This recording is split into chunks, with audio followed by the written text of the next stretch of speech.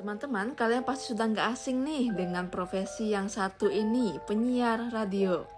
Yuk kita kenalan lebih dalam. Profesi penyiar radio termasuk ke dalam bidang broadcasting atau penyiaran. Jadi, para penyiar radio dapat memproduksi produk jurnalistik dan non-jurnalistik. Dan dalam menghasilkan suatu karya, ada 3 tahapan yang harus dilewati, yaitu tahap pre-production mengumpulkan ide, production merealisasikan ide, dan post menyiarkan. Meskipun era digital telah membawa perubahan besar dalam konsumsi konten, penyiar radio tetap memegang peran penting. Mereka tidak hanya menjadi pengantar informasi, tetapi juga menciptakan koneksi emosional dengan pendengar melalui interaksi langsung, musik, dan konten yang relevan. Penyiar radio yang baik dapat membawa informasi dan hiburan terkini, serta menjadi suara yang dapat diandalkan dan akrab bagi para pendengarnya. Hal inilah yang membuat profesi penyiar radio tetap relevan di era digital. Halo semuanya.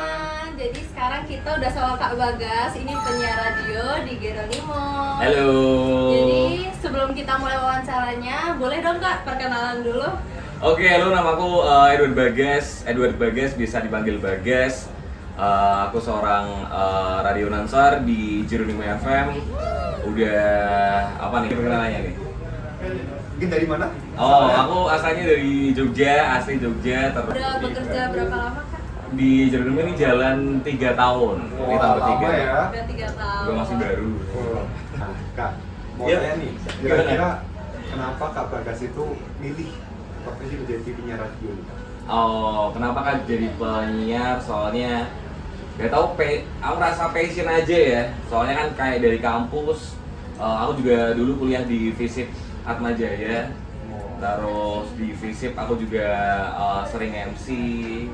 Terus gak tau kenapa aku secara pribadi lihat pekerjaan penyiar radio tuh buat aku kayak seksi aja gitu. Pangkat hati berarti ya? Benar, passion, seru. Ada nggak sih kayak pengalaman yang menarik atau mengesankan gitu pas lagi siaran?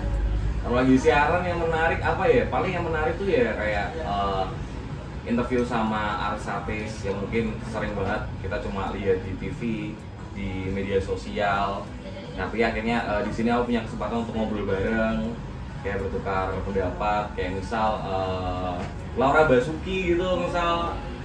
Terus Nah gitu Kak, kira-kira tuh tanggung jawabnya tuh apa sih Kak jadi penyiar radio itu?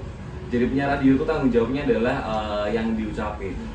Semua yang diucapin sama penyiar radio itu tanggung jawab pribadi ya. Karena kita kan kalau ngomong secara on air kan yang dengerin kan banyak banget. Kayak kita setiap yang kita ucapin tuh kadang bisa menjadi sebuah statement. Kalau buat skill dan kemampuan nih yang harus dimiliki seorang penyiar radio nih apa nih? Jelas kalau penyiar radio jelas yang harus punya itu adalah public speaking, jelas. Seperti wajib itu ya? Wajib public speaking, terus habis itu wawasan pengetahuan, jelas musik, terus pop culture, ya gitu. Semuanya harus kita ikutin. Yang lagi hype itu apa, itu kewajiban kita buat ngikutin semuanya. Nah, berarti cara ngembanginnya tuh apa Kak? Kira-kira dari mana? Kalau ngembangin skill, jelas aku kalau boleh jujur, aku di kampus aku ngembangin skillku juga ya di kampus ya. Makul-makul kayak dulu pernah di aku Mbak BK juga public speaking, retorika kayak gitu. Iya kan di Ya, benar, ngomong di mimbar atau gimana kayak gitu. Ada beberapa pelajaran-pelajaran makul-makul gitu yang selalu relate lah sama pekerjaan di dunia komunikasi. Kakak kan udah selama 3 tahun ya bekerja di sini. Ada nggak sih etika khusus gitu dalam profesi ini? Kalau ada, bisa dijelasin? Public service kayak misal kayak misal ada tamu kayak dari marketing atau tamu artis dan sebagainya. Terus habis itu kita juga harus menjaga mood kita. Itu kayak gitu, etika harus jadi seperti itu. Menurut Kakak ini, dari banyaknya profesi di media komunikasi, kenapa Kakak pilih penyiar radio sih? Karena kalau penyiar radio kan yang ditonjolin suaranya ya. Iya. Dan nggak tahu kenapa aku suka banget sama suaraku aja. Gitu. Menurut kakak apa sih tantangan di dalam penyiar radio ini, apalagi kayak sekarang nih era digital gitu? Jelas Cara radio, apa namanya ya, perkembangan media sosial kan kita harus mengikuti juga ya. Salah satunya juga lewat konvergensi media, kita juga harus gimana caranya kita nggak cuma konvensional aja, nggak cuma lewat frekuensi, tapi kita juga secara streaming. Gimana ceritanya kita media, tapi kita juga harus punya media sosial, dan seperti itu. Nah, yang bareng nih Kak, ini kan kita udah di penghujung acara nih, kita udah selesai wawancara. Kita minta request dikit Kak, boleh nggak? Boleh. Kita mau penutupan tapi dengan cara radio Kakak nih. Nanti kita Oke. ikut ya.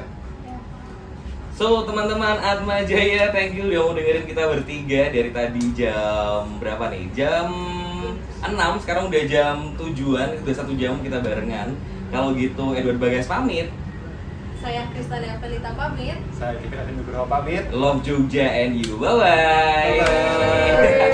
Bye-bye.